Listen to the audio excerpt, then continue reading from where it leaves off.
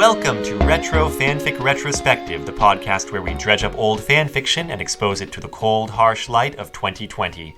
My name is Amado, and with me is... Taran. Just Taran. Just me. We're still in the time of quarantine, and I'm still trying to host things on my own over here. And I missed Dom this week because I had to set it up for a remote guest. And you didn't have a backup Tori either, huh? No. Yeah, Tori's the other person who has ever done audio setup.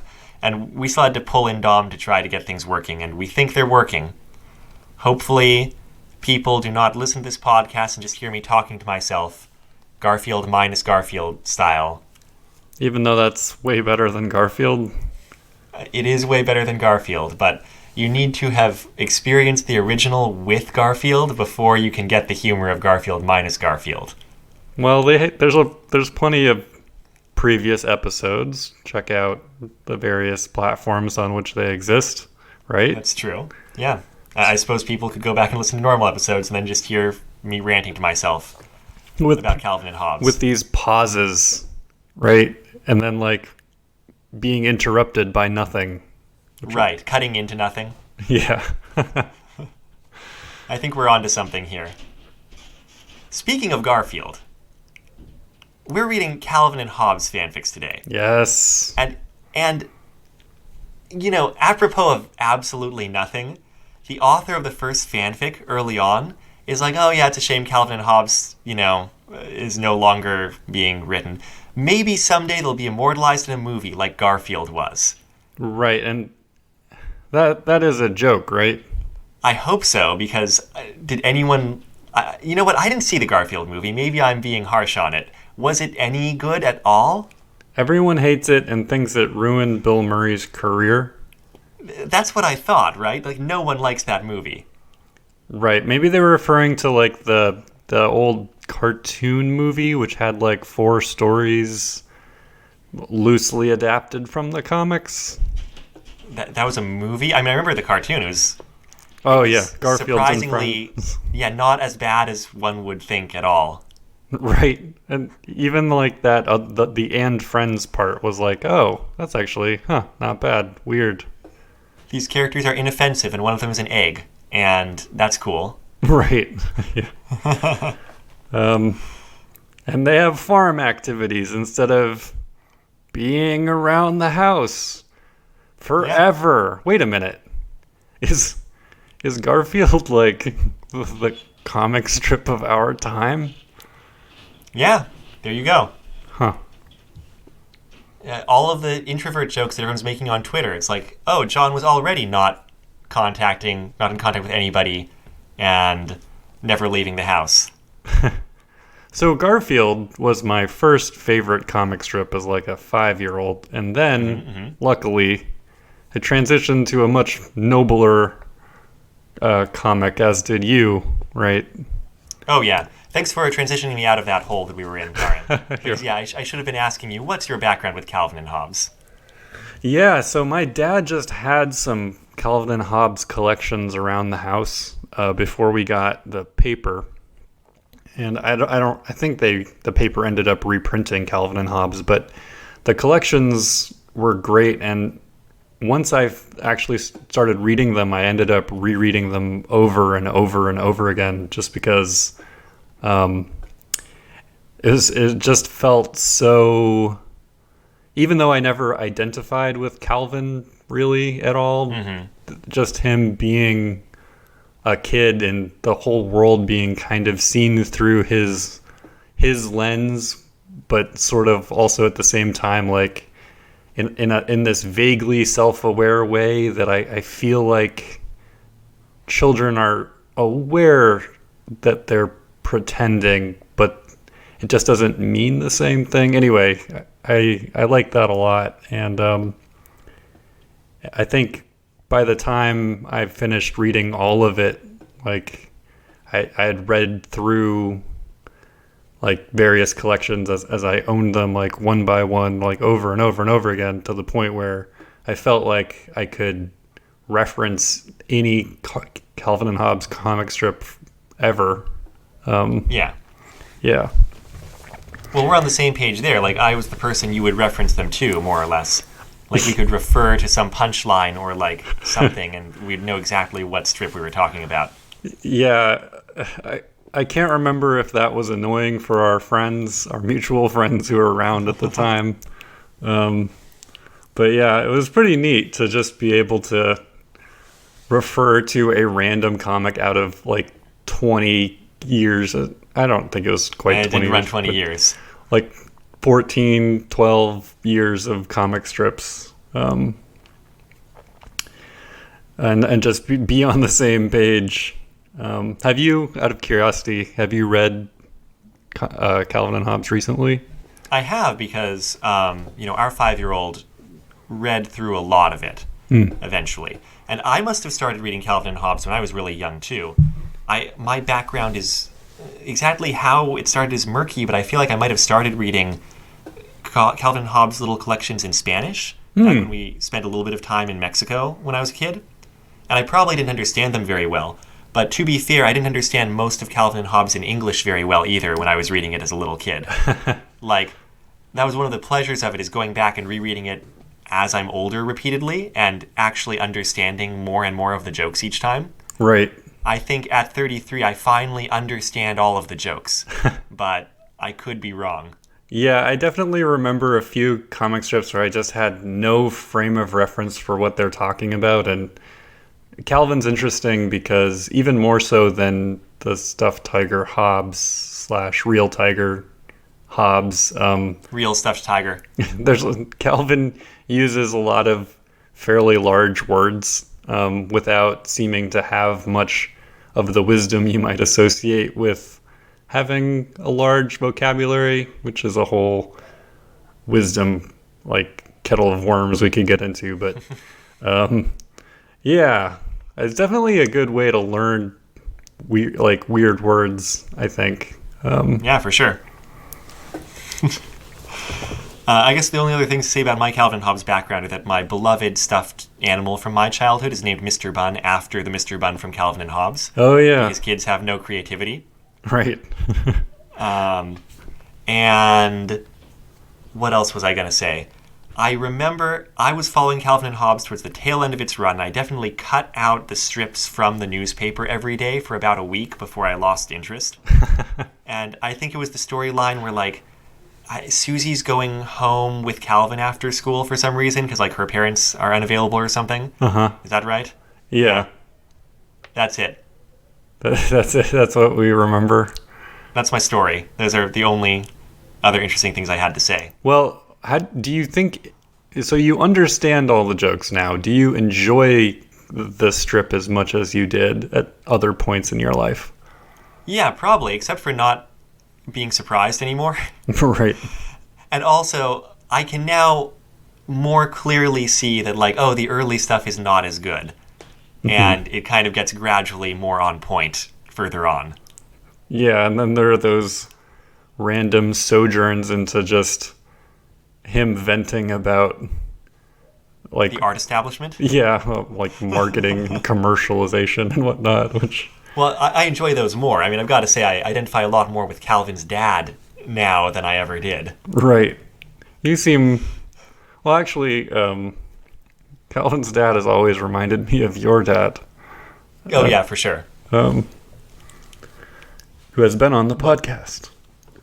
That's right. Yeah, he was on with us for the robots story, the Asimov's robots. Right. But yeah, you know, a thing with, like, Calvin's dad, I don't know, being upset over the number of peanut butter choices at the supermarket is just, you know, yeah, that's the adult experience for sure in America.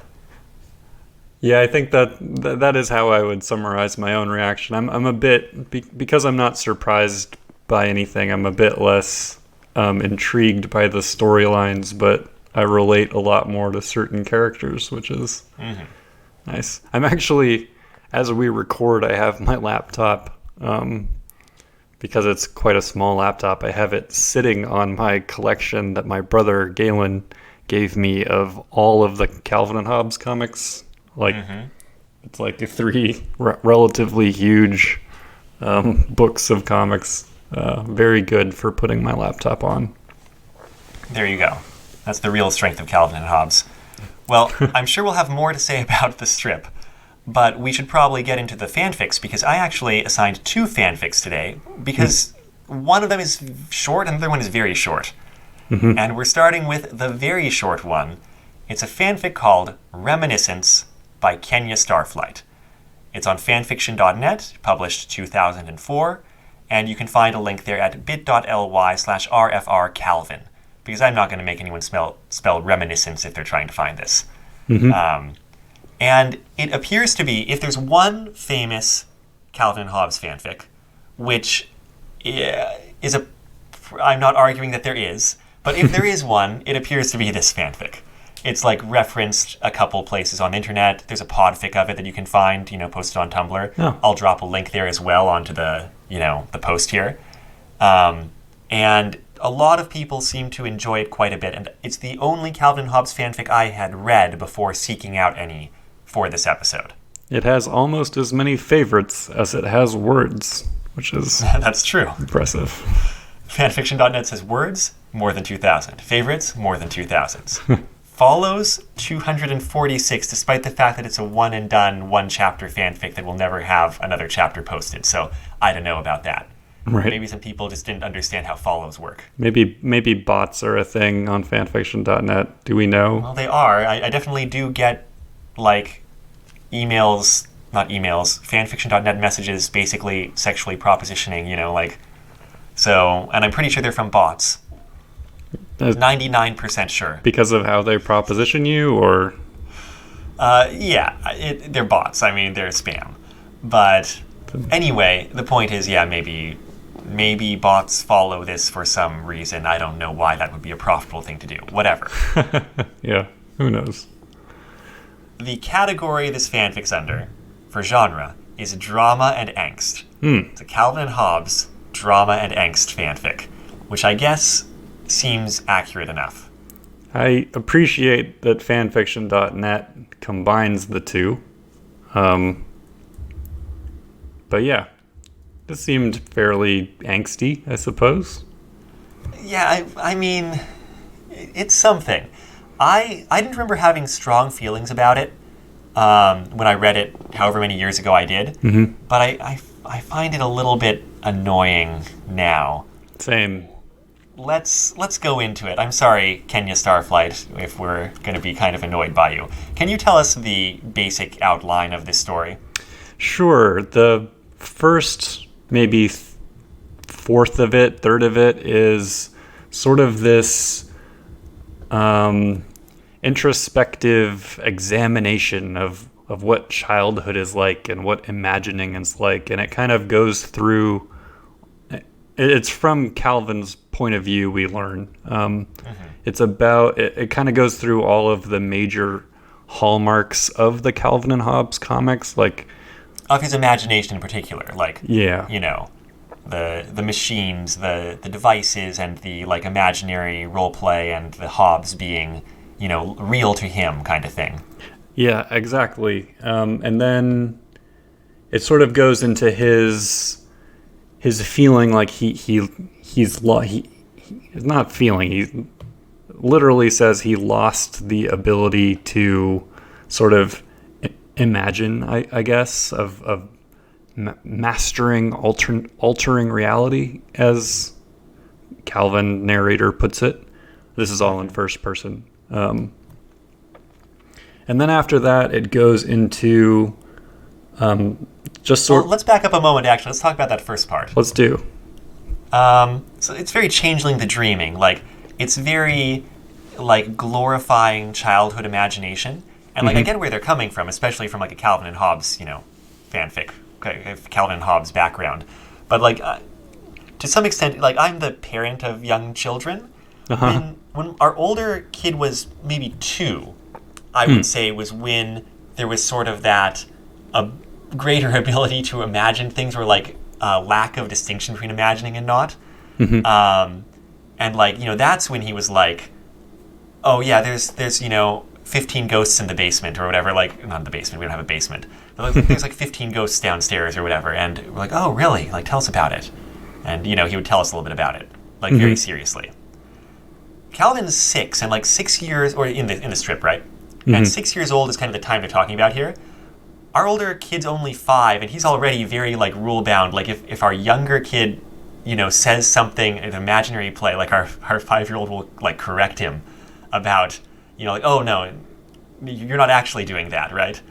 Like, I feel like kids do imaginary play, but well before they're 6, they very, very much understand the difference between imaginary and real.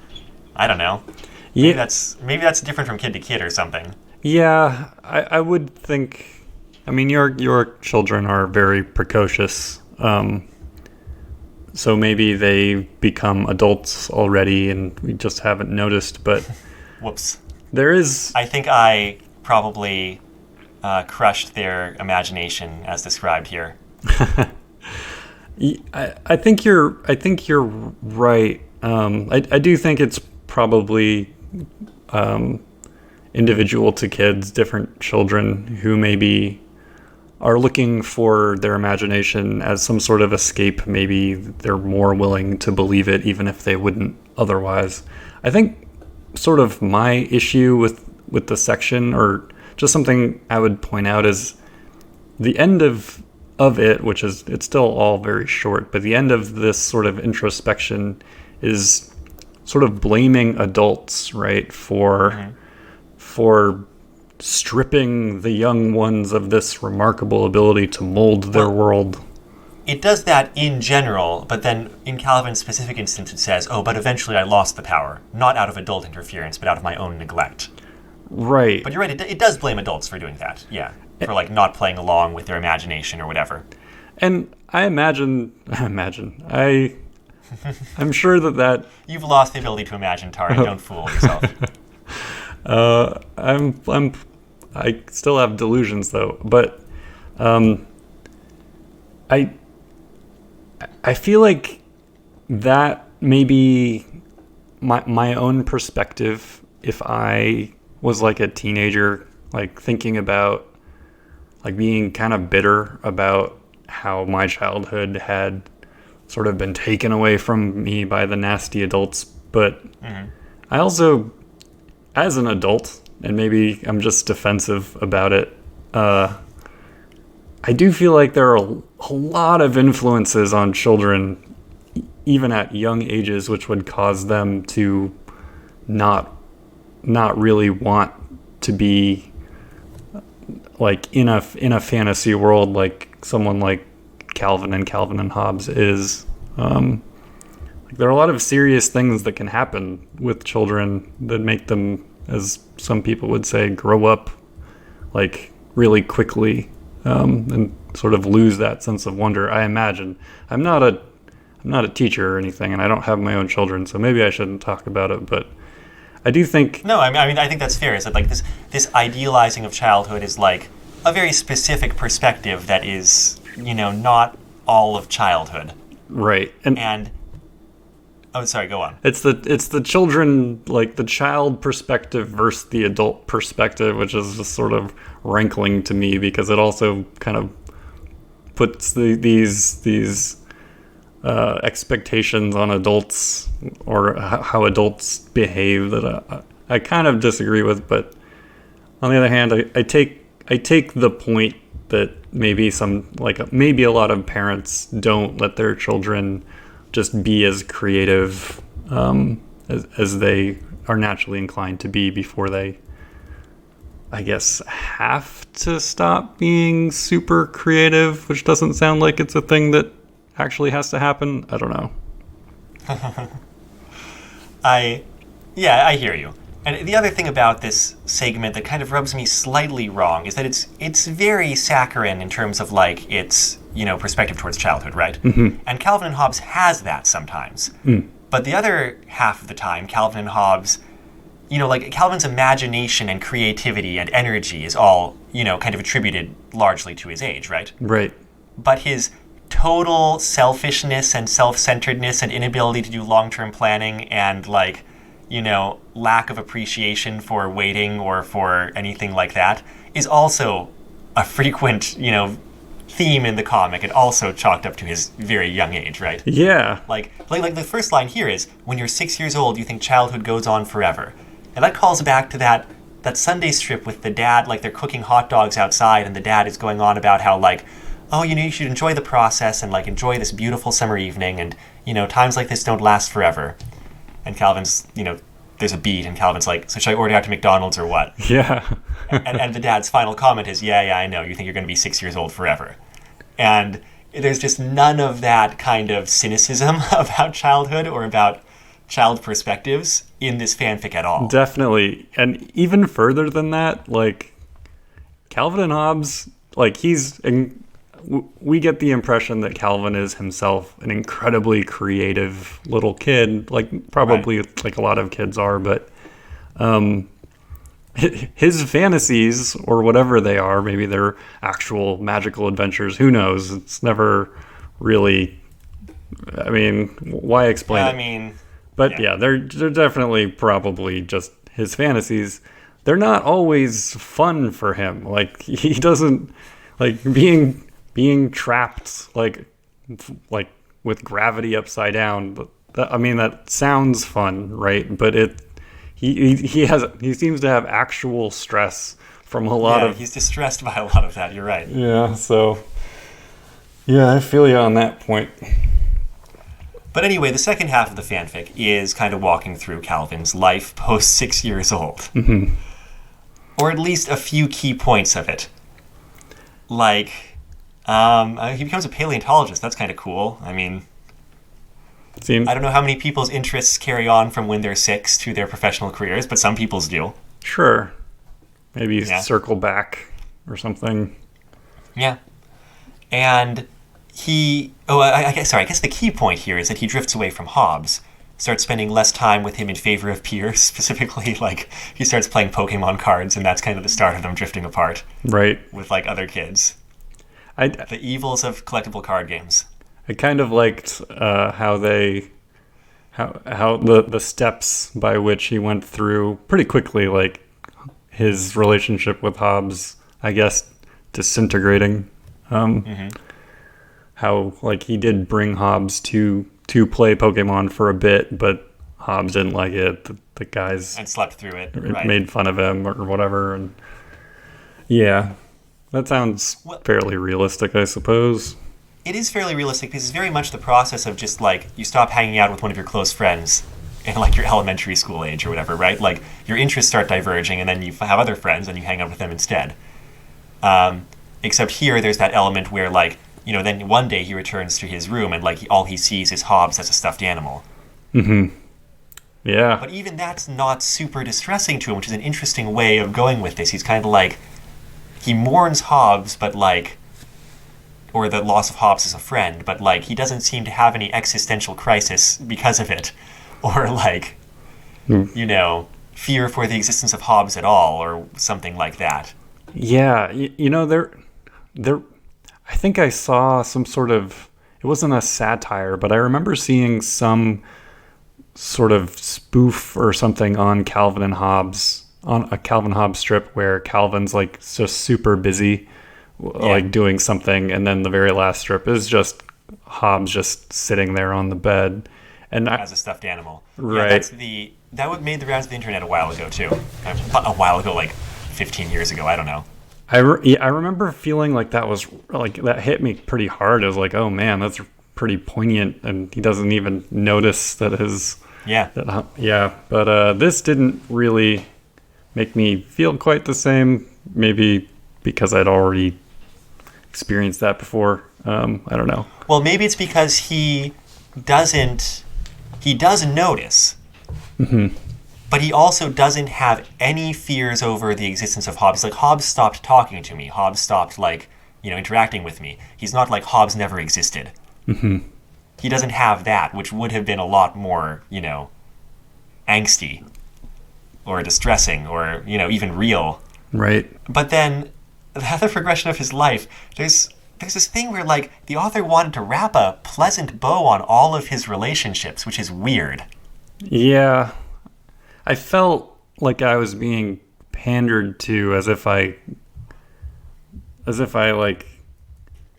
I don't know. It's kind of weird for me to it almost felt like Calvin knew that the reader had read the comic and then was just wrapping every single major like relationship up, which Yeah, so yeah. So, for example, he comes back from Australia Dig to attend Miss Wormwood's 90th birthday party, and, like, you know, he entertains her and she dies 3 months later, and that's all very, like, you know, saccharine TV movie, right? Yeah. But it's like, no, you think Calvin's going to be in touch with his, like, first grade teacher who he hated as an adult? Like, I mean, I relate a little bit more to Miss Wormwood as a professional teacher now, but, like, he's not going to have a relationship with her after it broke my immersion a little bit there. And likewise, there's this thing where, if that's a thing. Later on in the fanfic with Mo, but yeah, that was confusing. he has a bonding moment with Mo later on. And, like, Mo, you know, just beat him up and took his things repeatedly, which also doesn't seem quite realistic, but, like, that's the relationship. And that's not to say that being a, you know, physically abusive first grade bully at that age, when he was 6 or whatever, that doesn't mean that Mo is, you know, a terrible, irredeemable person who will, like, never be sympathetic or cannot, like, progress past that as an adult. But he's not gonna be chummy with Calvin, right? Like, that's really, really forced. It seems like quite a stretch, yeah. And I think Mo was an older student too, so... I think that's a joke that Calvin makes at some point, yeah, that he was just, like, held back a few years, which is why he's huge or whatever. Right. But anyway. But then, of course, the main relationship is... Susie Durkins. Susie and Calvin get together. Yeah. Fine, I guess. I mean... I don't know of anyone who met their wife at age 6, but... No. I accept that someone probably did, right? Somewhere. It's like the girl next door trope. Like, literally, she's the girl next door. Small town, maybe. And, yeah, I don't know. I guess. Yeah, they get married. You think there were a lot of Calvin and Susie shippers? Well, all I remember is, like, you know, Watterson had a little quasi-romantic tension between them early on. Yeah. But I also remember in, like, the 10th anniversary book, him saying, like, yeah, I regret that. Like, I played that up too much early on when really, it was much better when I just had their personalities bounce off each other and them, like, scream at each other. Yeah, I would agree with him. Though I remember being into those comics, like, as a would-be romantic child, right? Like, yeah, thinking love can find a way, even if it's through sort of this child version of basically abuse, hazing kind of a thing. But man, Susie's such a great character. Susie's a great character. I really like her. Yeah. I don't necessarily buy that she and Calvin would become adultish people who were attracted to each other, though. No. And Susie must have finally seen me for the ball of animal charisma and charm I truly was. Well, he's being, like, sarcastic there, but, yeah. You know. The main thing about Susie here is that she's not a character. Like, she appears to be courted briefly. She is courted briefly. They get married. And then she's fridged. Pregnant. Oh, and sorry. then she's fridged. Yeah, fridging is exactly right. No, that's the right word. What happens to Susie? So Susie gets hit by, I guess, a drunk driver. While she's pregnant, is that right? Yeah, I think that's the idea. And, like, it's a miracle she's able to give birth before, you know, disconnecting the life support, which is more drama and angst than was really necessary here. Yeah. Like, but yeah, it's just to provide, to, like, make Calvin's life kind of a little bit more drama-filled. That's really the only reason. And Like, she didn't have to die for this story to work. Yeah, and I honestly, I would have preferred his life stay pretty boring. Like, I guess he's a paleontologist, so that's pretty cool, or probably sounds more fun than it is, but...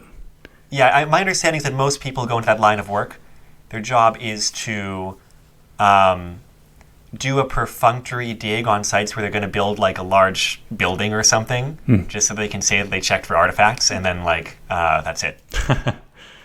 Huh. I think paleontologist was my, like, childhood profession desire, by the way. I don't know if it was because of Calvin and Hobbes, but dinosaurs pretty cool. But anyway, yeah, the main point there is just that, like, he has a daughter, Miriam, and it just leads into the kind of like the culmination of the fanfic, right? Because, I mean, he has to single parent for a while. But, like, it's a short fanfic, right? We're hitting these beats really quickly. Yep. And one night, she presents her stuffed zebra, like, who she names Oedipus. It's an odd choice for an... Right. For a, for him to, like, kiss goodnight also, right? Yeah. And, like, he does that and treats Oedipus as a real figure. Mm-hmm. And then when he, like, returns to his room after doing that, and, like, he feels like he can imagine Oedipus saying something as, like, he's leaving them behind in the bedroom, right? And when he returns to his room, like, Hobbes is, talking to him again. Hobbes is a tiger again, right? Mm-hmm. And, it's like, where have you been? Right in front of you, he replies shortly. You've just been too busy to notice. And, like, I get how that's wrapping a bow on things, but I feel like fundamentally it doesn't work with the premise exactly, because this premise of, like, oh, the thing about childhood is that adults don't, like, take your imagination seriously, and that's what kind of quells it, right? Mm-hmm. Calvin's parents always played along with Hobbes, with, like, Hobbes being a person. I mean, they rolled their eyes sometimes, or, like, tried to get around, like, weird requests that, that Calvin made on that basis. Mm-hmm. But they were never like, no, Calvin, Hobbes is not real. Like, Hobbes is a stuffed tiger, ever. They were always like, yeah, I don't think Hobbes needs another, tuna sandwich tonight or whatever. Yeah. No. And so... I was always very impressed know. by that, by the way, in retrospect. Yeah. But yeah, it didn't work for me either. It feels like that's supposed to be like the redeeming thing of, like, him as an adult, like, indulging her imagination. But implicitly in the way his parents didn't, except that they did, he just drifted away from Hobbes because he was too busy, because he had other interests. Uh-huh. And that hasn't changed. He's still a single parent who has a career, who has other interests, and is not imagining things all the time. I don't know. It just seems a little bit off. It just changed, yeah, because the premise has to do with childhood versus adulthood, and then this conclusion is, I've gone through a lot of trauma recently. Or relatively recently because of my... Within the last however many years, yeah. Sure. And now, like, I need a friend kind of a thing, even though Mo's, I guess, his friend too. Like, he needs a security back, but I don't know. Hobbes, I don't like thinking of Hobbes as sort of a security animal or whatnot. Not that there's anything wrong with having... But I don't think he's presented as that exactly in this fanfic either. Because it's not like he reconnects with Hobbes after the trauma. He reconnects with Hobbes after processing a lot of that. And, like, it's very explicitly, he's like, oh, I don't know if I passed some kind of test by treating Oedipus seriously, or where is it? Maybe I've managed to recapture some of that childhood power. To me, it doesn't matter. Hobbes is home. Which Hobbes has been home. Hobbes has been home. It feels like every other version of this story would have, like, Oedipus coming alive, and then Calvin just sort of smiling and walking away, and like... Well, there's a moment of that, though, because he hears Oedipus's voice. Right, exactly. But then this one just keeps going. It's just like, oh, and also I have Hobbes back. Right, and that you're right. You're right. If it had just been Oedipus, if like it had been that magic of childhood passed on to his daughter, that at least thematically would have hung together a little bit more. It's like it'd be like Toy Story 3 or whatnot. Toy Story, whichever, but yeah, Toy Story 3. Yes. Or the much superior film, The Brave Little Toaster. But yeah, okay, we can hash that out later. But yeah, I also didn't find the dialogue particularly compelling with Hobbes. I don't know. Yeah. It didn't. Well, I mean, he only has one line, so how could you? That's true. Or like, yeah, how he's depicted, but. Well, I mean, that's Reminiscence. I know a lot of people seem to like it. I understand why they like it, because it is a conclusion, and it's a sweet conclusion. I'm just not really a big fan. Yeah, and I remember 2004, my desire for like more Calvin and Hobbes being fresher and wanting to sort of like an epilogue. I remember that being a stronger sense then, but obviously now it's more like I'm kind of good not knowing about every single thing that happened. But still, I'm good not knowing what career Rosalind went into, whatever. Yeah. Right. Still, relatively dense and succinct, I guess. Yeah, it's got that going for it. It is very dense.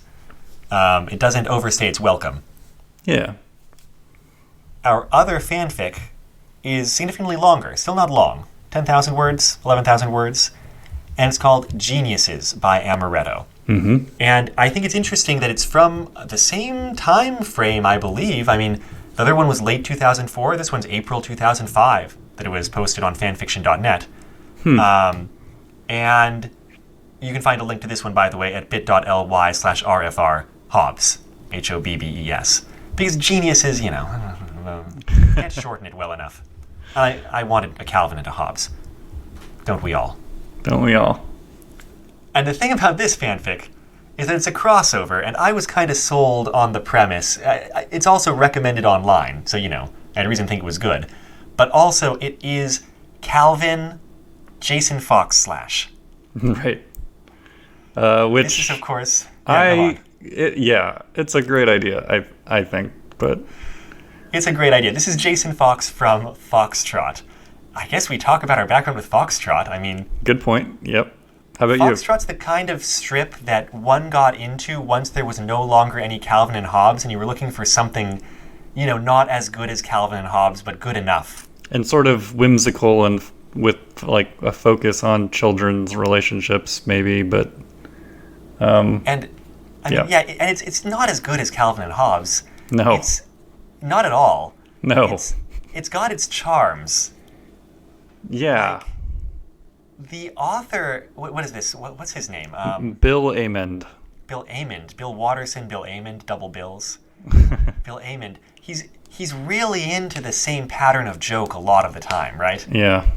Where it's like, oh, someone says something, someone says something, someone asks another question, punchline. Yep. It's like, That's often the case. He's not nearly as expressive as... Okay, I shouldn't be comparing strips to Calvin and Hobbes, because Calvin and Hobbes is really, really, really good. It's quite a standard, yeah. Foxtrot is fine. Foxtrot is fine. It's like it's a junk food comic strip. You know what you're getting. You can kind of get into a rhythm just chowing down on it. Yeah, you can. Letting your brain rest, I guess. And occasionally, if you're us, you get a, delicious chocolate chip morsel of the author making an extremely specific geek joke. Yeah.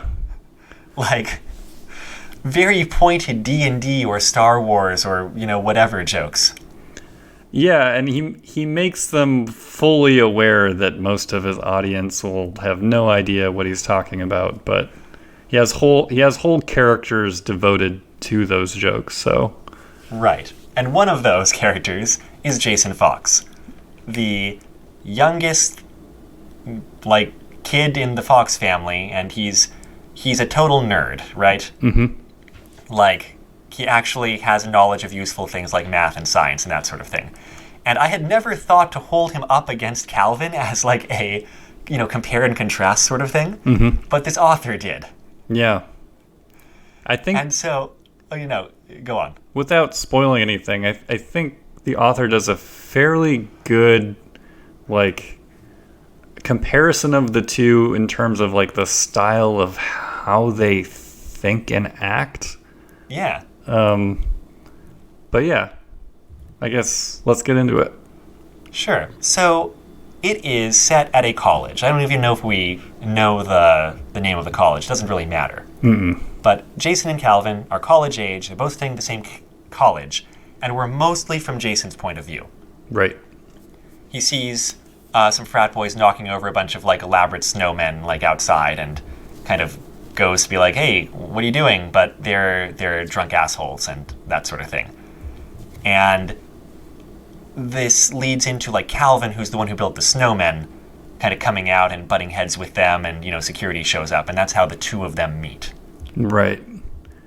Calvin has a history with these bullies. Calvin seems to be bullied wherever he goes, even in college, which is maybe not how I think about Calvin. Anyway, It's not what I would have imagined, but it doesn't... Okay, the thing that feels wrong in the same way as Calvin and Hobbes is just that there's a lot of physical violence bullying going on that you wouldn't think would be able to go on, No. But other than that, I feel like the portrayal of Calvin as a adult-type person, it kind of fits even though it's not what I would have imagined. He's kind of sullen and, like, difficult to get close to.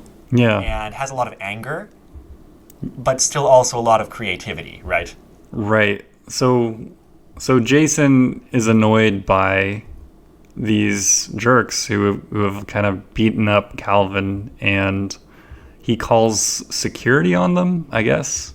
Yeah. And Calvin doesn't like that, right? Because it's going to like draw more attention to him or whatever. Right, because apparently Calvin's been harassed by these guys who apparently student teaches for a really long time or very extensively.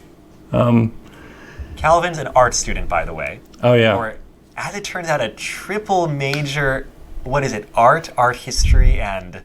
So he's... What did he say? It says, I think it was art and English, and then I was wondering if the art history part was the English, and maybe that's... No, because he says triple major. Oh, yeah. I buy Calvin as art and maybe even English. I don't know about art history. Like, I guess. I mean, it's just the author kind of riffing off of him, like, talking about all of this, like, kind of art establishment stuff in jokes in the strip, I think. Right. But I don't think he ever showed any interest in history so much as kind of like the current art market. Right.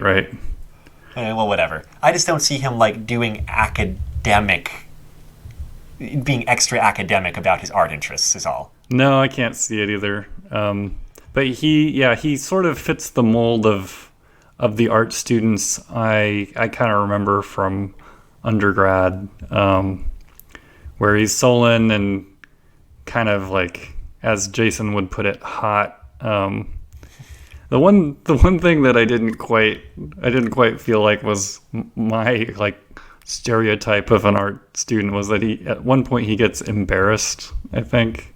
And all the art students I ever know would die to be caught like bashful or embarrassed about anything. So, but yeah. So Calvin. I think that's also like in regards to his sexuality, which Calvin has not explored very much. He says like he's kind of against the art student stereotype that way.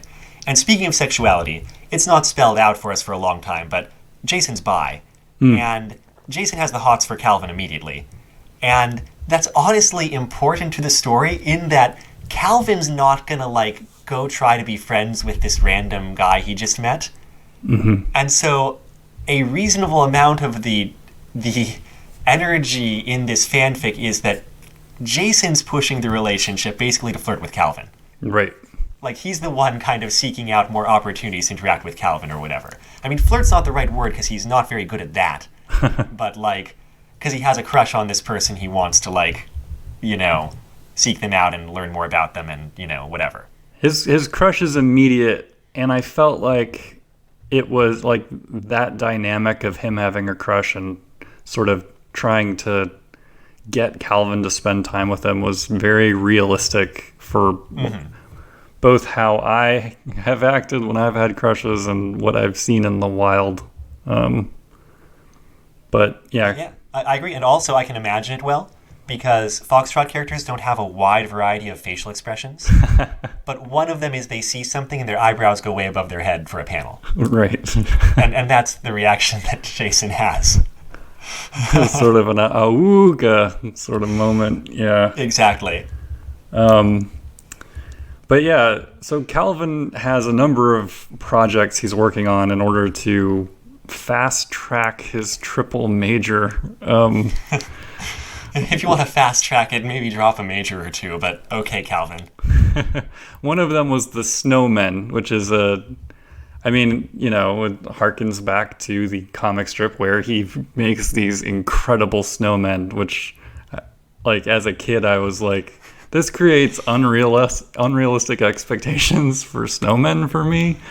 Absolutely. The 6-year-old designing like 30 incredible snowmen.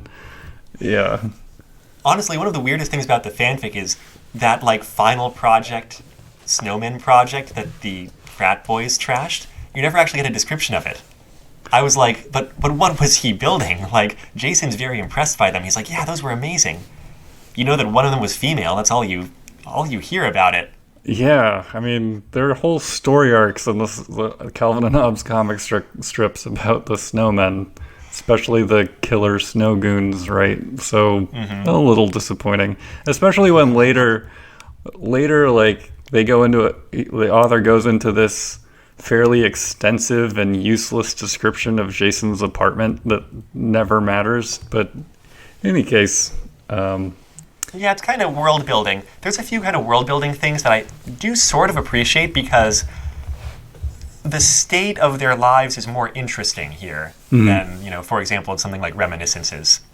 Right. And there is a contrast, which is nice, though it's heavily weighted in describing Jason's situation. It is. And you get little details that feel kind of approximately right.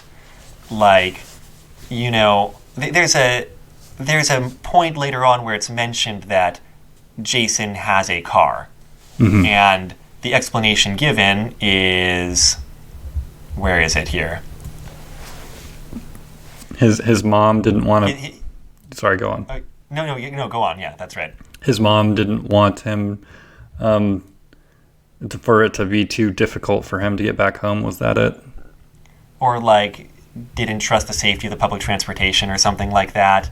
But it's just like, yeah, he has it because of, things that you can attribute to the character of, what's her name? I don't remember her name. She's Andy. Andy, that's right. Andy Fox, right. And there's little touches like that. When they're talking about their majors, he also talks about his parents' reaction, and like Andy's a writer and she doesn't really get the science focus, and his dad's just clueless and doesn't understand anything he's talking about either. They do maybe talk about their childhoods and families slightly more than you probably would in college to anybody. Yeah, but that's just because that's what the author had as a touchstone, right? Right. You also have a fan service. Sorry, go on. You also have and in fan service, you also have probably completely pointless exchange between Jason and Paige by phone. Yeah. I actually kind of like that. I liked it too. I mean, I'm a fan, so it serviced me. You're right. It's just that it doesn't have anything to do with the rest of the fanfic. No, it doesn't. It does seem... Yeah, it seems like a Jason Fox thing, but otherwise it serves nothing. But yeah, so Calvin and his projects, he also has these paintings, right? Sorry. Right, and no, that's what I was going to go into. And Jason gets to see them because they kind of have to go back into the art building, right after this incident for reasonable reasons that I forget. To get Calvin's things. Right. Before campus security kind of takes him out, right? Something like that. Or supervises their leaving or whatever. And so he gets to see some of the things Calvin's working on and go on about that other project that we learn about. Yeah, the other project is that Calvin's painting making three paintings, which all appear to be the cover art of Calvin and Hobbes collections, as far as I can tell, except one of them doesn't have him in it for some reason. But yeah, the place where I was surprised that Calvin was embarrassed was when he's describing his first painting, which Jason stumbles upon, which has Hobbes in it, and Calvin's that's right. Calvin's sort of bashful about the fact that the tiger's name is Hobbes. Of course, Jason is super impressed by that specific painting on the wall instead of any of the other students' paintings, just by happenstance. But, star-crossed, whatnot. I appreciate that his appreciation of Calvin's art, it feels very much like, a layman appreciation, which is good because he is a layman. Like, he's like, oh man, that's really good. You can do really good art. Yeah, right. Or also like, oh yeah, that painting is awesome because like it reminds me of like cool childhood shenanigans. Yeah. And like that's, I don't know art either, and so like that's kind of the levels on which I can relate to things also. Yeah, I personally like as a layman love like art that I feel like I can relate to, like something a kid would care about. But on the other hand, maybe that's because of Calvin and Hobbes, which has, in my mind, always had amazing art in and of itself, especially the landscapes and whatnot. But yeah, so that's one of the two. That's one of the three projects, and I forget what the third one was, but I'm not sure it matters. Yeah, I don't think it's plot even relevant. If we hear much about it. And speaking of not mattering too much, the main plot, there's actually a lot of back and forth with these like frat guys, right? Theta Chi or whatever, and like Jason kind of engineers some rockets to go like hit their frat building, and he like even goes and like sneaks out in the middle of the night to like figure out where to hit. He's like aiming for the chimney because he figures he can collapse it. To destroy the chimney of this other house. And he's got plausible deniability because he's had rockets go wild before, and he apparently he's kind of like a whiz kid, and the college kind of keeps him on even though he has caused trouble and set things on fire and like done stuff kind of like this before by accident. Right. And so he can just kind of do it deliberately and pretend it was an accident. Which, by the way, like I feel like in the Foxtrot strips, Jason like very often had accidents, right? With all of that was standard for all of his experiments to go awry. On the other hand, like this idea that he like does experiments, blows things up, and then blames himself miscalculating stuff. I really like that idea. I don't know how much he does it in the comic strip because I think he actually does miscalculate things in the comic strip. But the idea I think so. But the idea that he's gotten so used to that as an excuse and so familiar with it that he can just create mayhem everywhere and just blame it on miscalculations. I really like because I can't think of pretty much any other character who does that. Like I've been trying to think of mad scientists, but they're always like too elitist to like really like be willing to like appear like they made big mistakes. Exactly. So I appreciated that quite a bit. He does end up, spoiler alert, he does end up blowing up the chimney and caving in the roof apparently, which part of the roof, yeah. No consequences. Well, the other thing I like, by the way, the title of this is Geniuses, right? And we're supposed to take that as referring to Jason and Calvin. Mm-hmm. And I like that Jason is supposed to be a prodigy. He's like working on master's level stuff already. Mm-hmm. And he's very, very good at mental math and especially, but also apparently physics. Mm-hmm. And, maybe he's less good at chemistry because he has a lot of accidents, but like he's into it, right? Right. But he's not crazy good. He's not like fiction levels of good at it, He doesn't do anything that doesn't seem like it could be done. Right. And likewise, it's not the defining thing about his personality, which like you might, as someone writing a fictional like very smart person with glasses who is very good at science. Like, you might want to play that up more than you need to. Right. And the author doesn't. Right. Yeah. And likewise, we are to take that Calvin is a talented artist. And, like, you know, he can TA classes, and, like, he's, you know, he has got, like, multiple projects in the air, and, like, he's very devoted to it. But it's not like he's, you know, it's not like everybody's singing his praises. He's, like, so amazing, or, you know, so, like, such a genius, right? Right. He's not even, he's not nominally hated by these bullies for being just, like, super genius. Super good at art. But because he's kind of, like... He calls them out on their shit, is what he says. Right, exactly. Yeah, that is nice. I agree with that quite a bit. And that means that, like, what they're doing can kind of take a background to the kind of character work that they're doing. And the plot, like, the main plot, the back and forth with, like, the frat house and stuff, we can just skim over it. It doesn't really matter. Nah. For the most part. We don't even... But they do we don't even see the bullies again, really, I don't think. Yeah, we do, because at the end, there's, like, the whole altercation. Oh, that's right.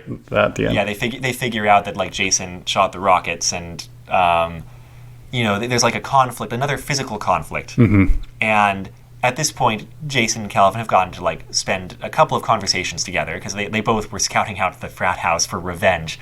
And Calvin's attitude is a little bit weird. He's like, guess I'm going to have to take some revenge. It's a little strange. Yeah, as if he does this, like, really old hat, like, Old West style, like... Yeah. But, yeah. And as if it's a duty rather than a pleasure, or whatever. Which is... But anyway... Yeah, go on. Oh, no, which is what? Again, like, to me, I feel like he should be talking to Hobbes about getting revenge without necessarily getting... briefly. Yeah, we should talk about when he talks to Hobbes. Yeah, he has one scene talking to Hobbes. He seems a little bit aware that he's talking to him. Well, it's not entirely clear in this fanfic whether he's, like, hearing things back or just imagining what he thinks Hobbes would say. And I like that that's not clear, because it shouldn't be clear in a story like this. Yeah. I vastly preferred Hobbes not talking back to, like, the last fanfic. Like, I just... Mm-hmm. Like, Hobbes just being a stuffed animal on a bed and Calvin talking with Hobbes just felt very right to me. And I got a little bit of almost like some form of mental difference with it, like perception, that maybe even though he refers to himself as a geek, that maybe like he, like, some indication he might have a little bit of I don't know if there's light schizophrenia, but a number of my friends who have dealt with schizophrenia have seemed to talk sort of at objects like that, and I felt like maybe that would be good representation, but... Yeah, I don't know. It's not made clear, which I think is just as well. Yeah. But definitely talking to Hobbes is something he do. Hobbes is still important to him. Oh, yeah. You know, he's not, like, wrestling with Hobbes on the bed or anything, but, like, Hobbes is definitely his friend and companion still, and we never hear Hobbes say anything, and it works pretty well. Yeah. Or we don't even get any, like, magic realism things about, like, oh, but how did Hobbes get from here to here? Right. Yeah. But speaking of that, the conclusion, the climax of the fanfic is the another altercation with the Theta Phi, Theta Chi, whatever people, and they end up grabbing Calvin's bag, and it turns out he carries Hobbes with him, like, in his bag all the time. Uh-huh. Which also feels very right, like... Yeah. Especially for someone who, like, has enemies or whatever, you know, like, that he would do that, I don't know. Just so, like, he would feel secure having Hobbes with him, not Hobbes, like, somewhere else.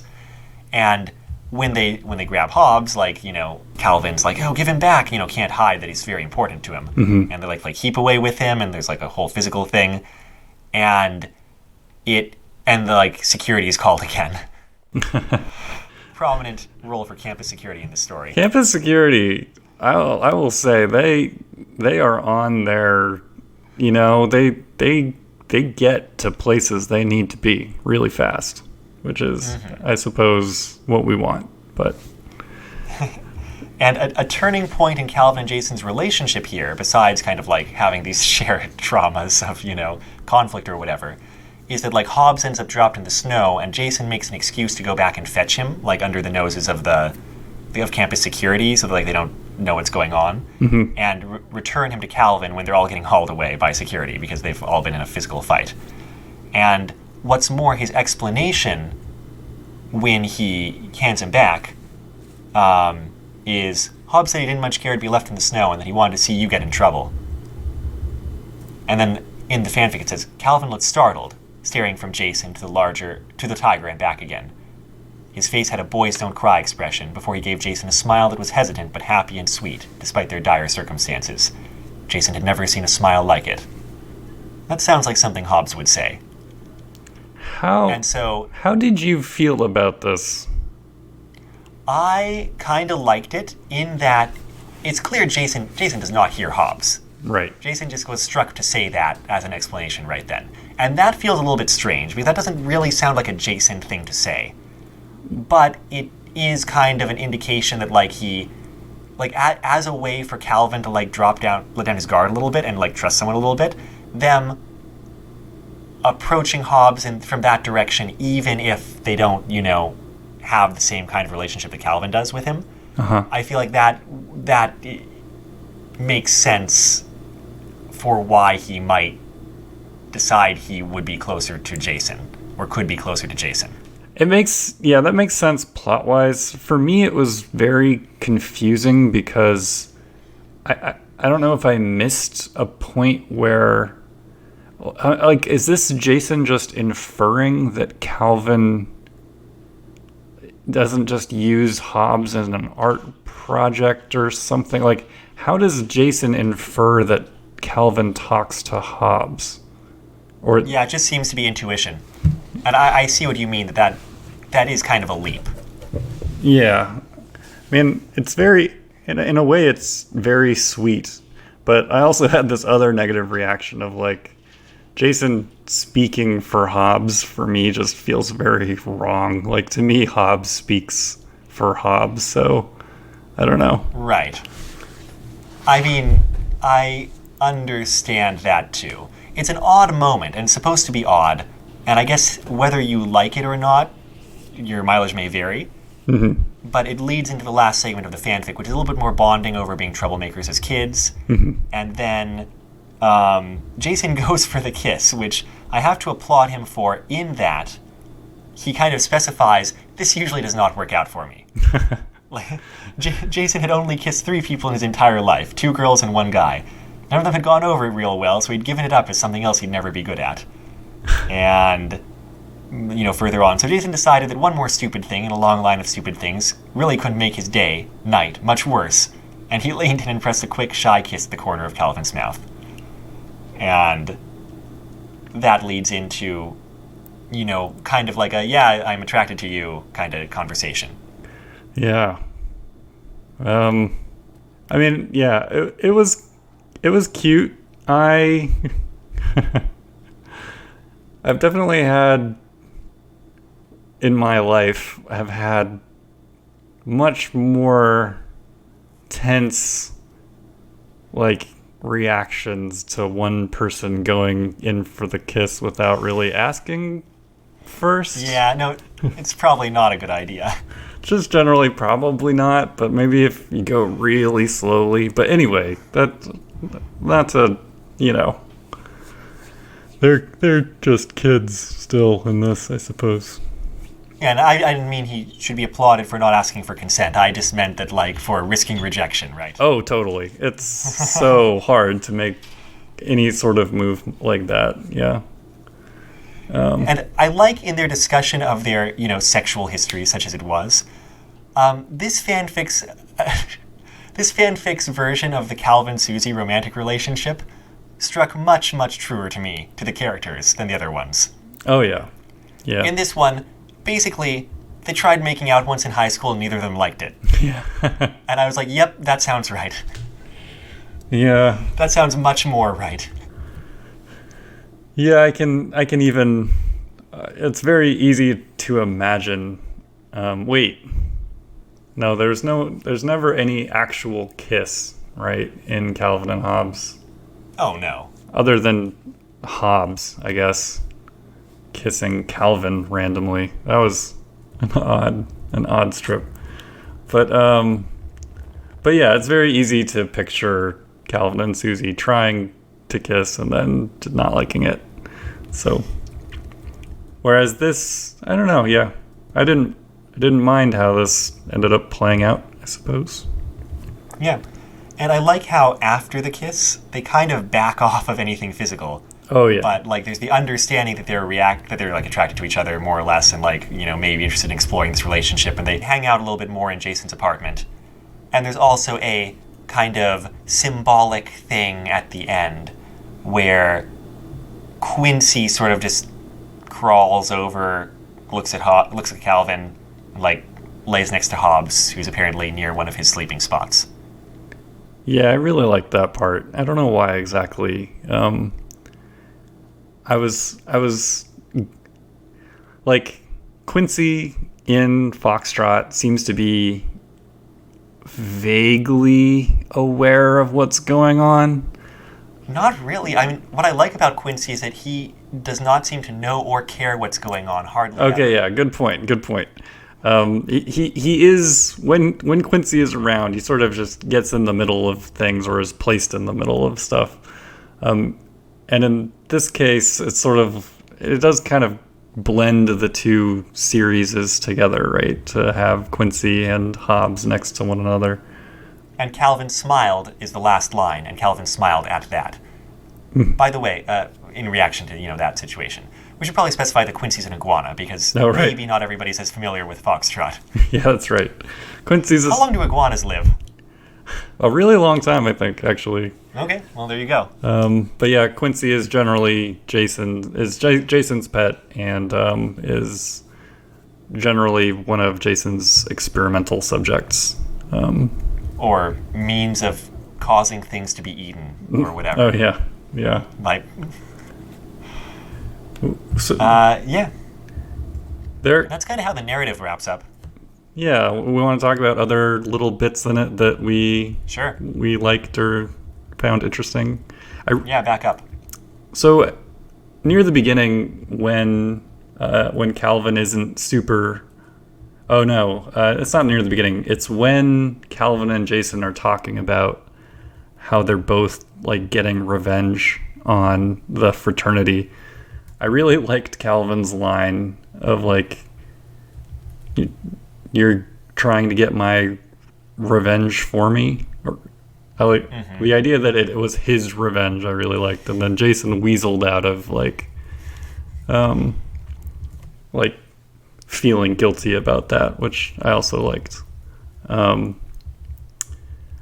the other hand, actually, we should do praise and then not praise. Is that what we should do, or just? Yeah, if we're wrapping up this story, that's what we do. We kind of skipped it a little bit on Reminiscences, but we complained about that one enough, and I think I identified some things that were likable about it. Yeah.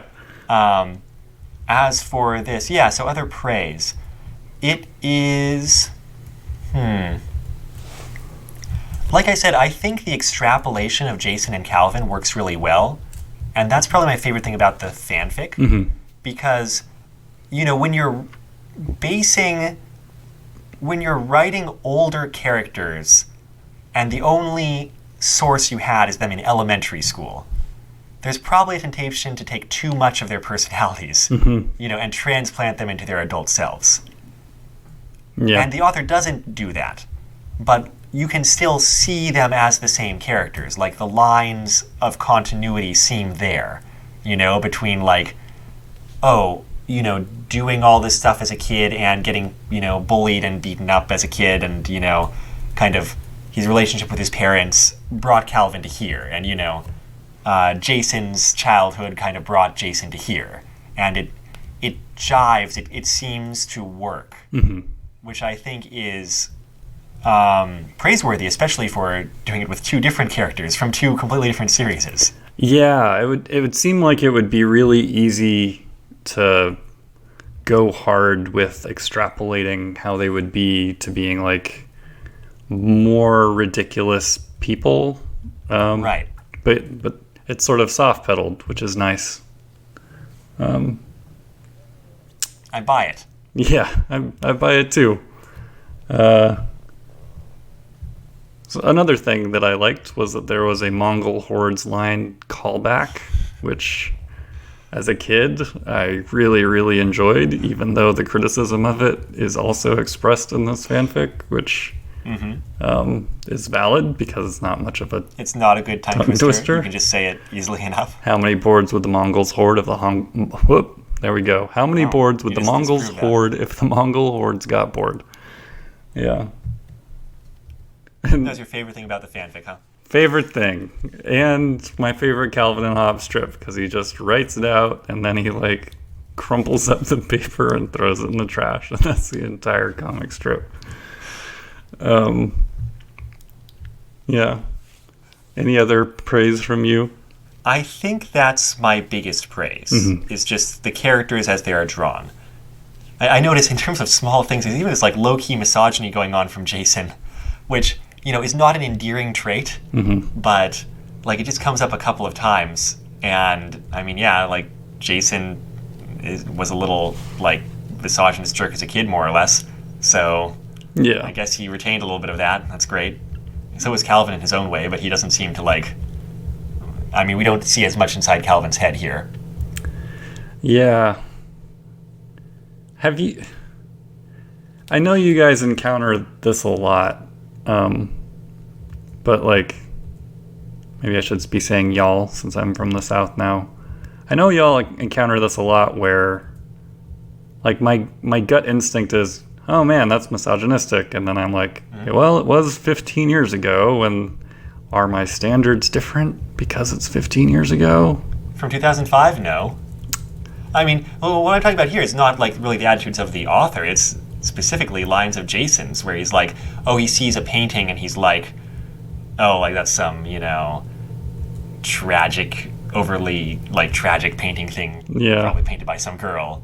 Or like later on after Calvin kissed, and Calvin's like, oh, the only other person I've kissed was a girl, and Jason's like, tell me I don't kiss worse than a girl, or whatever. Right. And it's just like, oh, he's using that as some kind of go-to insult. So that's a thing, Jason. Yeah, it's a thing to work on. That is, it's not you being overly sensitive. It's there in the text. Right. But I don't know. I maybe I shouldn't be dwelling on that as a point of praise. I just like recognize the characters in the characters. Yeah. Should we move on to a couple of complaints? Sure. The main plot's not very compelling.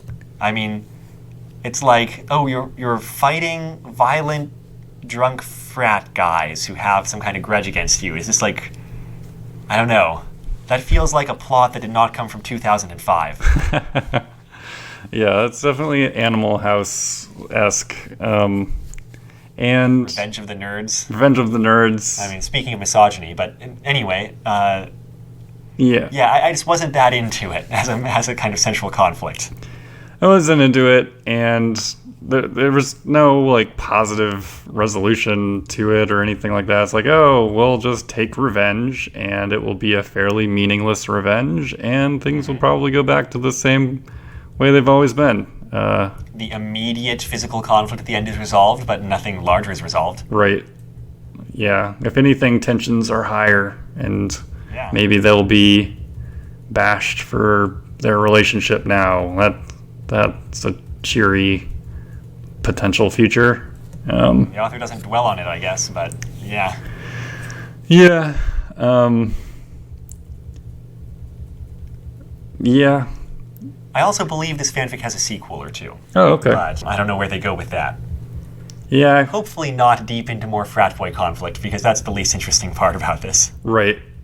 And this just isn't my experience with frat people at all. No, not really.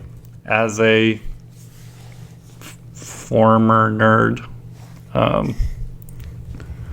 Now an extremely cool, non-nerdy person. Yeah. Exactly. Is it? Yeah, I mean, it like kind of jives from the Calvin and Hobbes angle, where it's like they are just the Mo of college, Right. but But that's not really a thing from Foxtrot either. So it's not like it kind of pulls together the kind of world views of the strips or anything.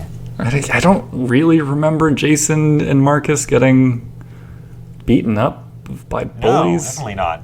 Yeah. They, the conflicts there are like conflicts of trying to out-nerd each other with like, Eileen and I forget the other girl's name. On the other hand, there is something to be said for the fact that it seems like, does Jason just go over and climb up the house just to take a measurement, or like to figure out where to hit the chimney? Because that's kind of cool to me. I think so. Like, I wasn't quite sure what he was doing on the roof after, like, since he wasn't planning on doing anything up on there except looking at it, but it seemed like a lot of effort. Is there a trope term for like falling in love by falling on someone? Probably. Because Jason's got a big crush. Calvin seems to sort of reciprocate, and then they're forced to be in physical contact by Jason falling on Calvin, and then hiding from a passing frat guy, so they have to be like really close to each other. Yeah, and I guess Calvin's hand is on Jason's mouth for a really long time for no reason. It felt very it felt very cartoonish, I guess, which might have been the goal, but I don't find that compelling at all. What I do like about the relationship attraction there is that, again, like Jason has an immediate crush on Calvin. Mm-hmm. From the other direction, it's more like Jason gradually dawns in Calvin's consciousness. Right. Like more slowly. Yeah. And, maybe that could have been built a little bit better, but like it's not crush at first sight for Calvin. Like by the time you reach the end, it's like, oh yeah, he's like, he actually does enjoy spending time with Jason and, is like, has been through some stressful stuff with him, and like there's something there to build on, but it's not like, it feels real for one person to be more into the other person. Yeah, I like that. It totally does. And for one person to just have sort of other concerns on their mind. And also, it also feels like Calvin to like, even though Calvin in the comic strips will go on these crazy intense diatribes about random topics and like how people should be, he doesn't ever seem completely interested in like other people, in other people, or even like thinking about his relationships at all. Like right. maybe Hobbes in some moment of worry or I don't know, but like, yeah, otherwise he just doesn't. That's not how his mind seems to work. Of course, he's 6, so maybe it's asking too much to like make that connection. But prolonged childhood, Taran. 22 is the new 6. Right. Well, and 32 is the new 10, or no, I don't know what the exchange rate is. Might not be linear. Okay. Anyway, we're past adolescence. Yeah, we're also past the fanfic, I think. And anything else we want to wrap up? No, I think we covered it. Lots of dialogue in this fanfic that is pretty normal person. I don't know how to refer to it. Very vanilla dialogue, which is perfectly fine. It's it's just conversations going into their backstories. And yeah, like I said, the only thing not kind of natural seeming about it is more that they're like talking about things that we, the readers of the comic strip, would know about, and talking very little about things that we, the readers of the comic strips, would not know about. Yeah. Like, things do not come up from when they were like 15 that like we did not know. I mean, not really. It's like Jason's best friend is still Marcus, you know? Mm-hmm. They go to different colleges, but Yeah. that's the only thing that feels kind of weird about like them talking about themselves or talking to each other or whatever. Right. It's fan service. It's not super interesting, but you know how Jason sort of gets Calvin to open up a bit is, you know, it's entertaining enough, I think. Yeah. And like you said, much better Hobbes dialogue. 0 lines instead of 1. Right, much better. Yeah. Okay. All right. Then I think we're going to close this episode out. We are kind of winging a lot of things these days, what with coronavirus and such, but we're going to try to continue to produce content for, you know, what people need to distract them in this trying time is people talking about old fan fiction, I'm pretty sure. Yeah. We're going to try to continue to fill that void. I've already started back at episode 1. Actually, I don't know if I have episode 1, but episode... Well, it's completely obtainable at our website. bit.ly/retrofanfic is the short link to it. Or on whatever podcast service you probably use. I'm saying things out of order today. Well... Had to use that lead-in. Anyway, yeah, because of weird scheduling things, this was episode 81 of Retro Fanfic Retrospective. I think I said that last episode too. That's going to end up being episode 80 of Retro Fanfic Retrospective. And I know it's not a big deal, and you'll all forgive me for that.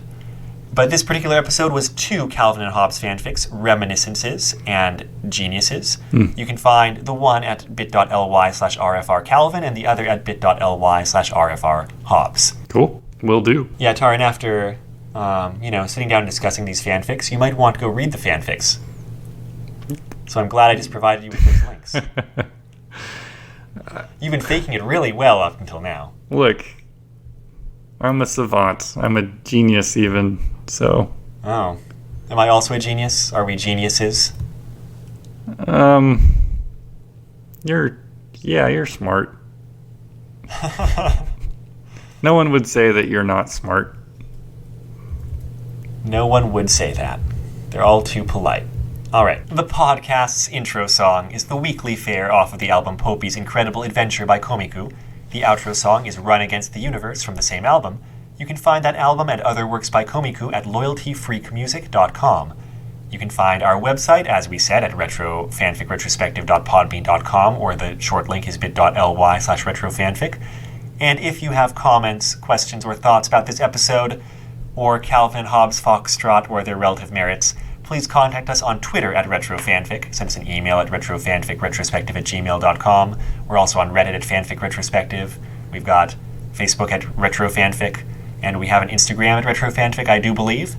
You can also leave comments or reviews on Apple Podcasts or YouTube. Episodes go up on YouTube, or whatever podcast service you use.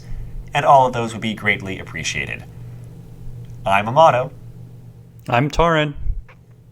We're just 2 Earth life forms trying to be nice to each other. Until next time, take care. Bye. Did we know each other when we were 6, Taran? Nope. Kindergarten? Kindergarten. Maybe. Yeah. And there were tires, and we would get in the tires. So that means it's not unrealistic for Calvin to marry Susie. Done.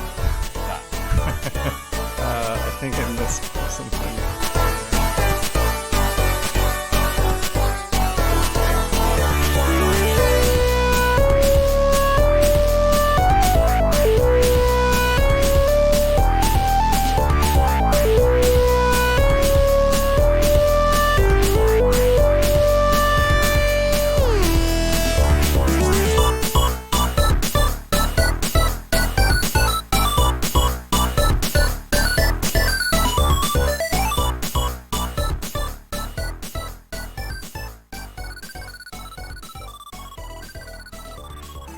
Yeah, you can skip the headphone amplifier if it's just one of yous. So I will. one of yous guys. Taran's going to go Southern, and you're going to go old school. Yep. Y'all is the best word. I don't... No, y'all's a great word. Yeah. It's very useful. And like. I've functional and fully sounds adopted y'all into my vocabulary. It's just too useful. good. I said you guys around here recently, and people just started laughing at me.